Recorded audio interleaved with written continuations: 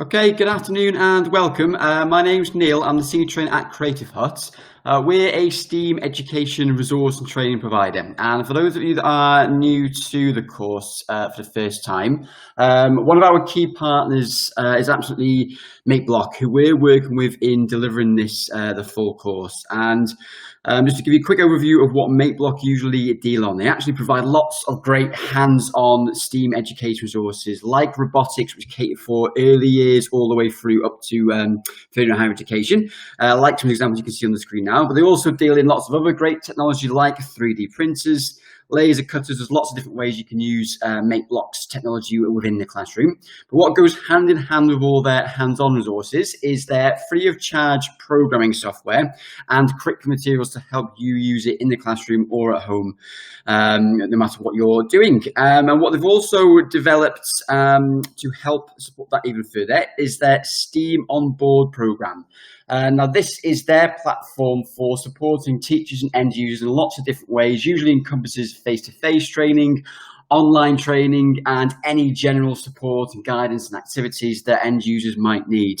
But what they've brilliantly done recently, also to help people in the situation we're currently in, because it's not as easy to get our hands on the actual physical resources like the robotics and everything else, they have developed their STEAM on Board online program offering, which is basically making it possible for people to take part in all of this with free of charge materials, which can be accessed online without the need for any physical kit, which is brilliant. And I know a lot of you have also been joining us throughout all these tutorials and will already be familiar with all of this, but for anyone that is just joining us for the first time today, I'll just quickly talk through what all of the whole course encompasses. So we're actually delivering a total of 12 tutorials for 45-minute lessons, and we're delivering those over the course of 4 weeks as live webinars. But all of our previous sessions have been recorded, so anyone joining for the first time will be able to go back and watch all of those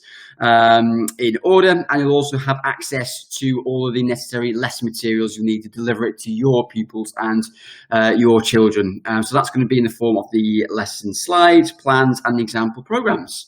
We'll make sure you've got the links to all of that after this webinar. We're also encouraging people to sign up directly with Makeblock for this as well. You can actually do that via this link here. That will give you access to even more live webinar sessions, which might be at more suitable times for you. And you'll again get access to all of the lesson materials. You'll also get the opportunity to upload the work that you and your pupils are doing to that platform and view the work that others are doing. So it's a great way of sharing ideas and best practice. And you'll be given the opportunity to provide feedback on this course, any future courses, and anything that you'd like to see added or adapted. So there's definitely a lot of great benefits from signing up directly with Makeblock as well. And last but not least, you'll also need to make sure you do, of course, download the MBlock 5 programming software. So that is the software that all of these courses and lessons are based upon, completely free of charge. You can download that onto laptops, tablets, and you can also stream it within a browser as well. So don't worry if you've not done that just yet. You will be able to do that after the webinar. You don't necessarily need it installed to follow along during this. Okay, so I'm now going to go into the slides. Again, you'll have available to you to deliver these lessons to your pupils or your children at home. I'll also do it in a slightly different style just to talk you through the ins and outs of what the lesson is all about. Okay, so we are now on to lesson 10, which is Fruits War Part 1. So lesson 10 and lesson 11 are two parts of the Fruits War lessons. So we'll be going through this one first of all, and what we'll be doing within this lesson is introducing some new programming blocks and techniques you can carry out. So we'll actually be carrying out the ability to make a sprite move to random positions, which we haven't looked at before, which is also really useful for gaming. We do need to bring in randomness to certain things to make the create the playability of the game. We'll be looking further at how we can manipulate the X and Y coordinates of a sprite's position. And we'll be looking further at the use of operator blocks. So operator blocks within our conditional statements. We've looked at them briefly before. We're going into that in more detail for today's lesson. Okay, so we'll be going into that in more detail shortly. But as always, it's always important to have a review of what we've looked at in the previous lessons. So hopefully everyone remembers the lesson number 9, where we were looking at the Where's the Panda game. So just a quick recap video on the screen now. It was all basically a game of chance where we have to click on a box to reveal whether the panda was underneath, like we're seeing here now. So we were looking at the use of new programming blocks like these. So hopefully everyone remembers this, but we're looking at broadcasting. So broadcasting messages and receiving messages so sprites could interact with each other as part of the game. And we'll be looking at using that again a little bit today. But hopefully everyone's remembering what that was all about and how we could use it. For those that, again, are new to this, you'll be able to look back at lesson number 9 that went into that all in a bit more detail. But what we're doing today is a completely different type of game. And we're actually going to be introduced to a brand new friend, brand new sprite, which is this little monkey here. Okay, so the scenario today with our new friend, the little monkey, is that they've come to a fruit island where there's lots of different fruits in abundance, like bananas, strawberries, cherries, grapes, all sorts of different fruit for the monkey to eat. But unfortunately, there are some fruits which are a little bit dangerous to monkey, which is in the form of the coconut. So of course, coconuts are quite tough, hard shells that can cause some damage to our little monkey friend. So the monkey has to be careful to avoid the coconut. So that's what the initial game that we'll be looking at is based upon. And you can see here we've got some outlines of what the game involves. So it will be coconuts falling from the sky at any time, which the monkey has to try and avoid. And we control the monkey using those left and right arrow keys on the keyboard to try and move them to keep away from the falling coconuts. And the game will end if, unfortunately, a coconut does hit our little monkey. So depending on what works for you, where you're working, to start this off, you can get the kids to have a play at the game. It might be that you're playing against your children or pupils to see who can get monkey to live longer, or if they've got siblings, they can play against each other, or if you're working in a larger group of kids, obviously you can pair them off and they can take turns playing against each other to see who can get the monkey to live for the longest. Okay, so we will actually, before we go to the key points, let's see the game in action. So I'm just going to load this up now from my desktop. So I think it is this one here. Yep. So this is a pre-put together program for this game. It should just load up in a second. Here it is. So I won't go into the code in a lot of detail yet. I'm just going to go straight into playing the game so you can see how it works. And then we'll start to look closer at how we build up with the code. So I'm going to press the green flag here to start the game. And you'll see we get monkey appear with the coconuts falling. Oh, I've already died. Let's try that again. Okay, so I'm using the left and right to get the monkey to dodge the coconuts like so. And unfortunately, I've been hit by the coconut again. I'm not doing very well on this attempt at all. I'm going to have one more try. As you can see, I'm just moving the monkey left and right. We've got those coconuts falling from the sky in random different places all the time, so I've got to try and avoid them. But as you've already seen, if I accidentally get hit by a coconut like so, the game is over. Simple as that. So that's the basic functionality of the game. So that's all we're going to look at today is just the use of the coconuts falling from the sky for the monkey to avoid. In the next lesson, we'll be looking at how we introduce more of the fruits and expand on the game. So we'll go into all this more detail, but you can just see basically we've got 5 different sprites here. 1 for the monkey, 3 for those coconuts falling from the skies, and another 1 for the game over, each with different code within those. But we'll start to look at how we actually create all this for ourselves. So going back to the slides. So the first key points that we need to be able to understand, the use, again, of the coordinate system. So this is something that we've looked at a few times before, making use of the X and Y axes on the stage area. So remember, the X-axis is the one that runs left to right on the stage area screen, and the Y-axis runs from top to bottom. So we've looked how we can specify the exact coordinates before, but we've not yet looked at random position. So we can actually program the sprites to appear at random positions on those X and Y axes, which again is great for bringing randomness into the games that we're creating and increasing the playability. We've got to react to whatever random situations come up. So we can use random position. You can actually even use mouse pointer positions. You can actually point with your mouse pointer to different areas on the stage, but for the purpose of this, we will be using random position. You can also set individual axes, which can be important for this. You can see we've mapped out here how you can actually, for example, set the Y coordinates to a specific position, change just the Y coordinates by a certain amount. Which is again useful for this particular scenario. So we can have it go to a random position first of all, but then specify just one axis, the Y or the X. Hopefully that makes sense, but we'll be looking at that more detail in a moment.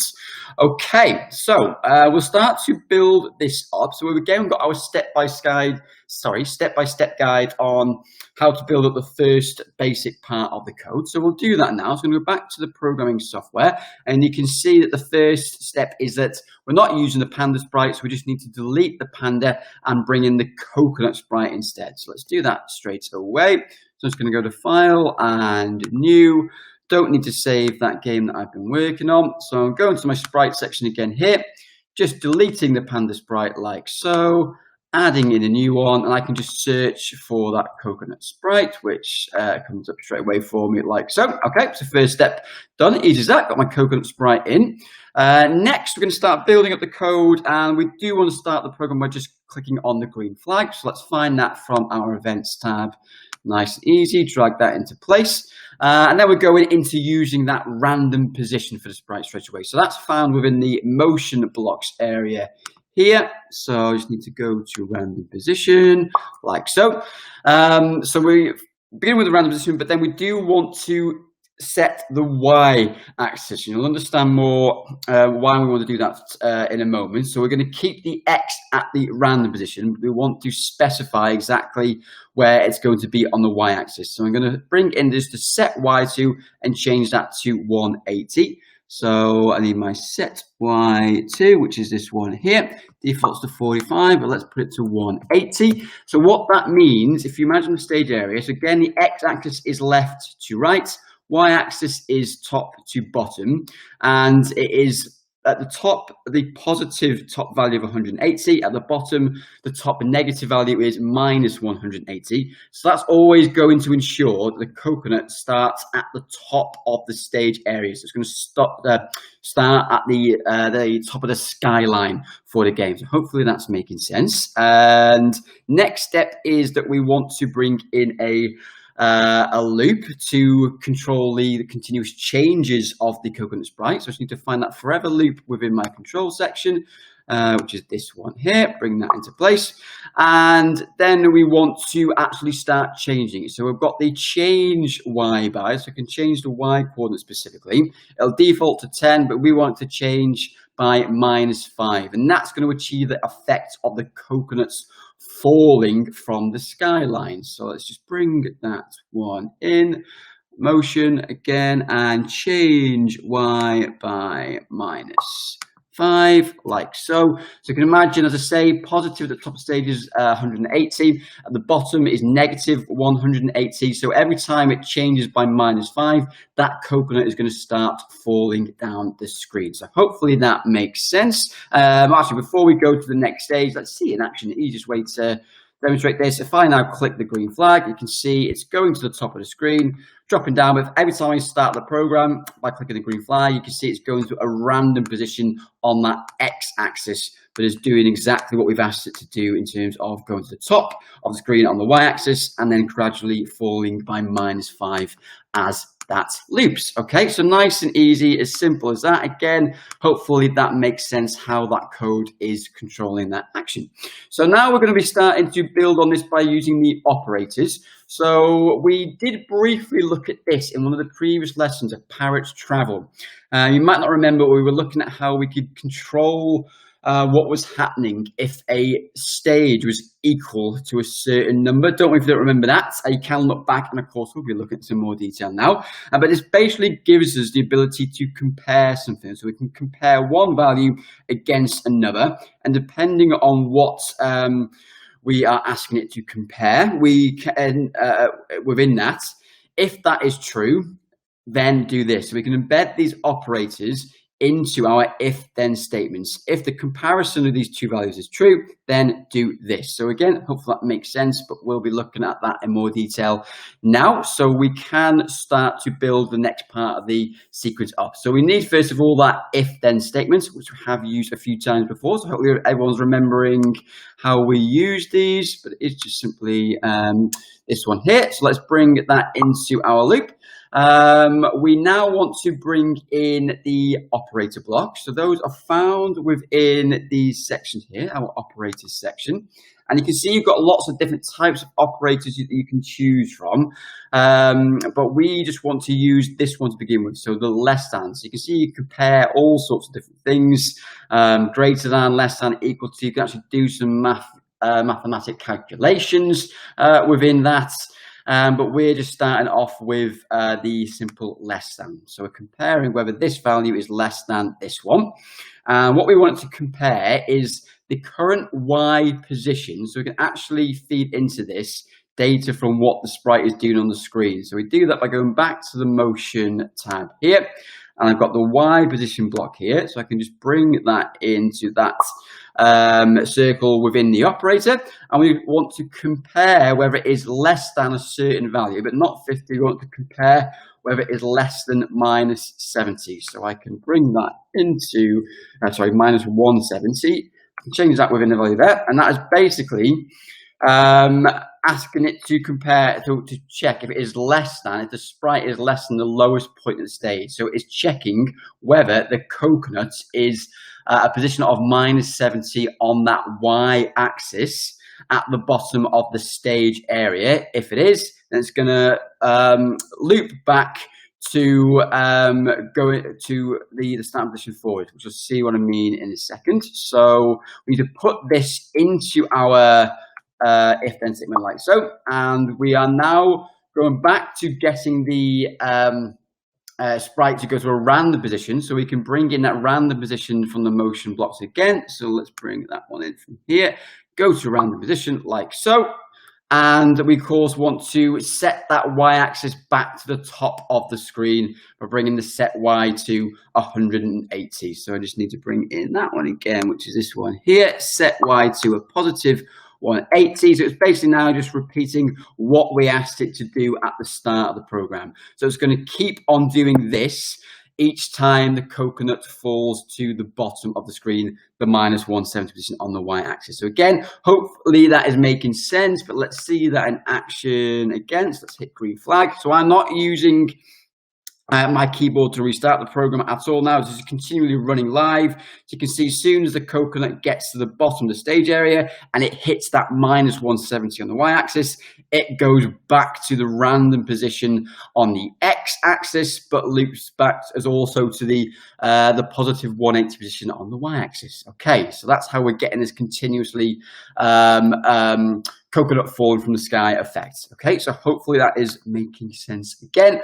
on how that code is controlling us. Okay, so again, you'll be able to go back on this and work through this for yourself. But at this point, we can actually hand over to the kids to start creating the full game for itself. So we had a quick demonstration of the first basic part of the game at the start of this lesson, where we saw the monkey, me controlling the monkey to try and move across the screen and dodge those coconuts. And we basically want the kids to build this up now for themselves. And this is going to encompass them using a combination, again, of all the different programming blocks that they built up their knowledge of over the previous lessons. Okay, so you can see it does give them the conditions for the game. So it's got the requirements for what they want to build into this. So they want to, of course, change the backdrop to help bring the game to life. And it's got the requirements for all the different sprites that they're going to build into this. So, of course, the monkey sprites and how they need to be able to set it to a specific position, how they want to be able to control its movements via the left and right arrows.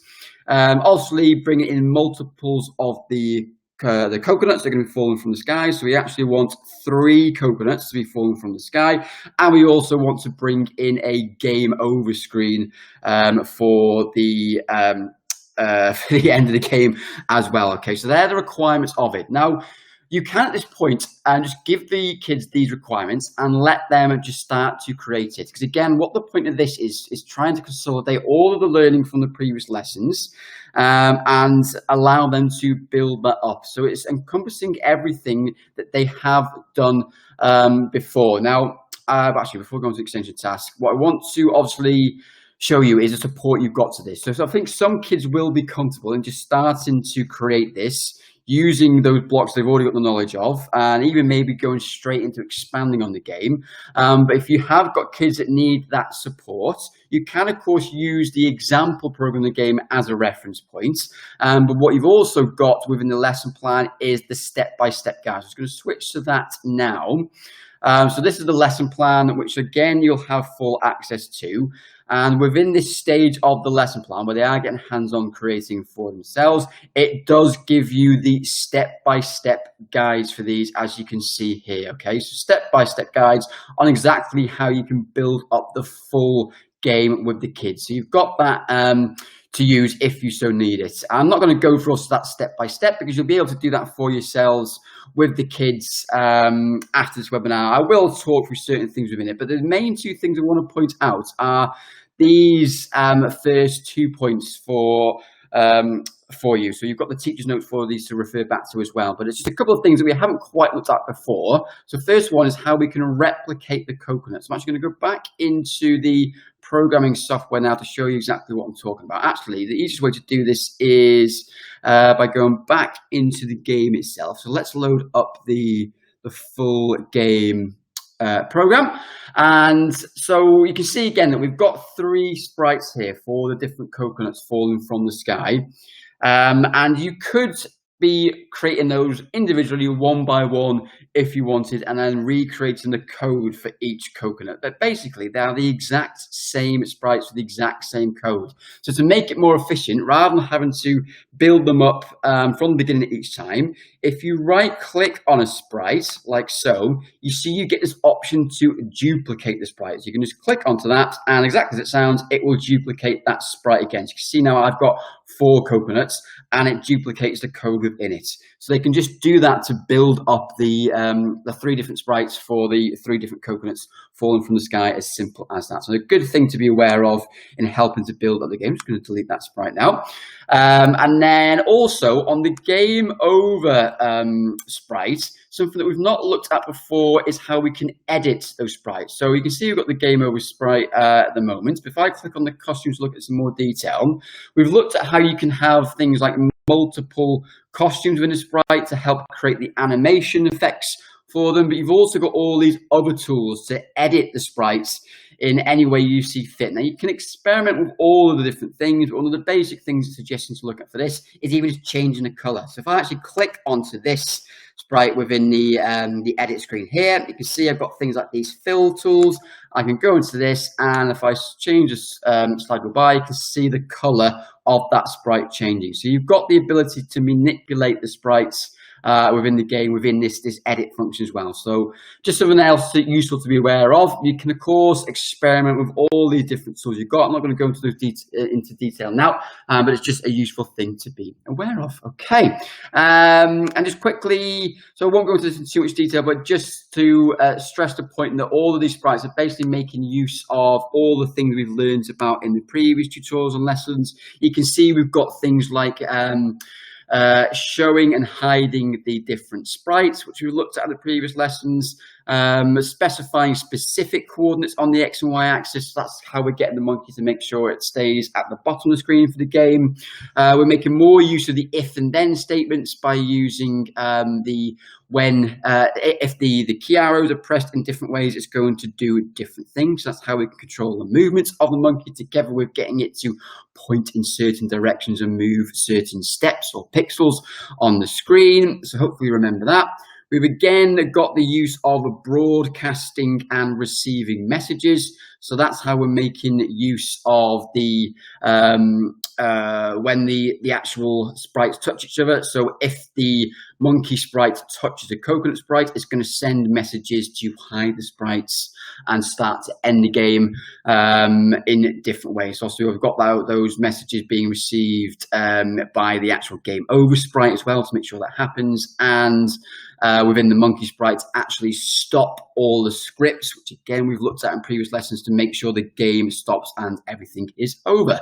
So just a quick summary. Again, if you need to look back at any of those, you've got all the previous lesson recordings and tutorials. But it is hopefully, again, showing you how we're bringing all that learning together in a really great way now to help those kids create games. Okay, so that's the main task. Of course, we've always got the extension task as well, where it's encouraging them to change the game in different ways and see how they can expand on it, which they might do straight away within that initial task. And if they want to do that straight away, obviously encourage them and let them experiment with whatever they want to. It's got a couple of examples of what they could do at this point if they have got more time and they want to start exploring change the game, but need some ideas on what to do. So it's just giving a couple of suggestions in adding more interesting effects to the game, such as switching the backgrounds to make it that little bit more interesting. So I've had a quick go at this myself. So I'm just going to bring in an example extension program, which I've gone for.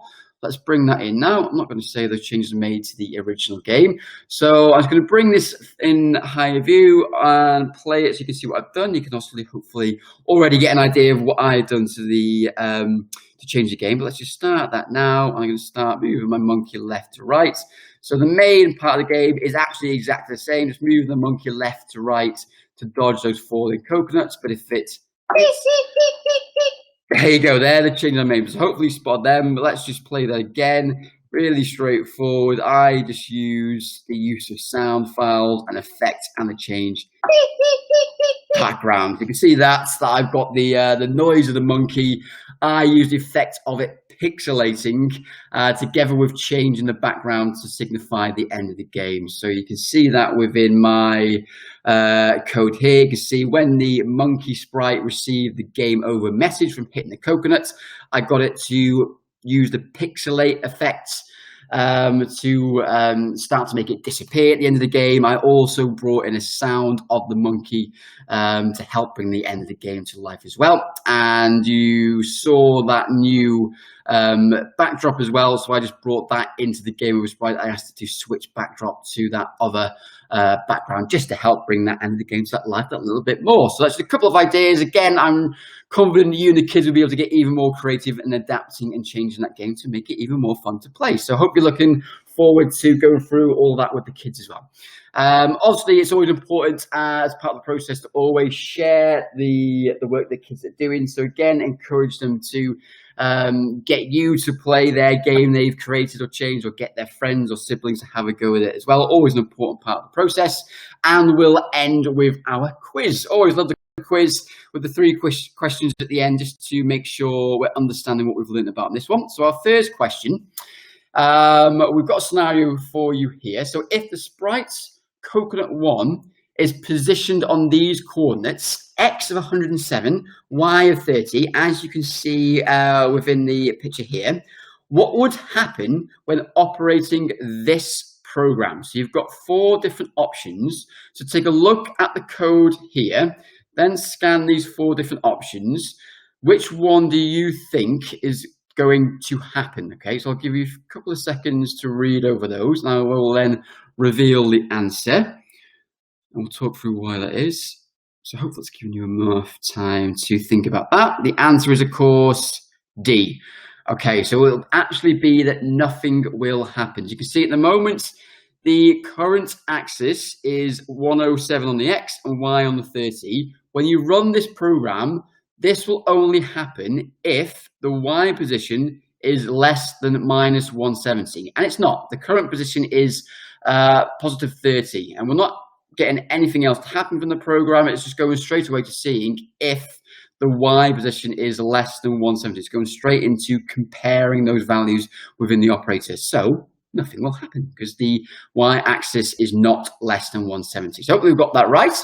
Number 2, which effect of 2 of these options is the same? So you've got these 4 different programming block options, two of these will be exactly the same effect. So a little bit confusing getting your head around all the different letters, but which one of these do you think is the correct answer? So only two of these blocks would make the same thing happen. So I hope that makes sense. But I'll give you another couple of seconds to scan these over and think which of these is the correct answer.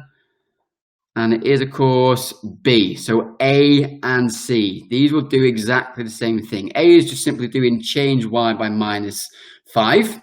C is saying point in direction 180 and then move 5 steps. And that point in direction 180 means the sprite will be pointing to the bottom of the stage area, which is 180. Remember, we've also got control of the direction of the sprites.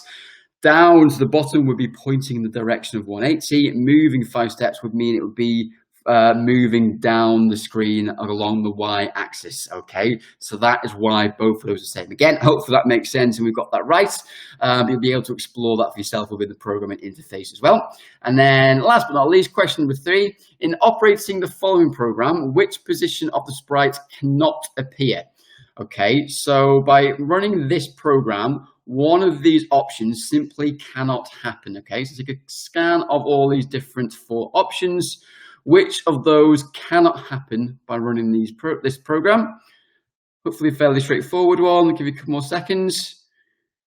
The answer is, of course, A. Okay, so you can see we are setting Y to 100 and then changing it by 10. So that Y position is going to change. So this one here cannot happen. It cannot stay at 100 because we're asking it to change by 10, which you can see is happening on all of these. Y is increasing from 100 to 110. So a nice easy one. Hopefully again we've got all that right. Okay, but thank you very much. That is the end of this tutorial. So hopefully you've enjoyed that and found it useful and you're looking forward to using that with your kids. As always, we'll of course again be sending you through the link to the lesson materials, the slides that we've just been using there, the lesson plans and the example programs. And if you've got any questions at all as you start to work through this lesson with your pupils, please do get in touch with us on this address here.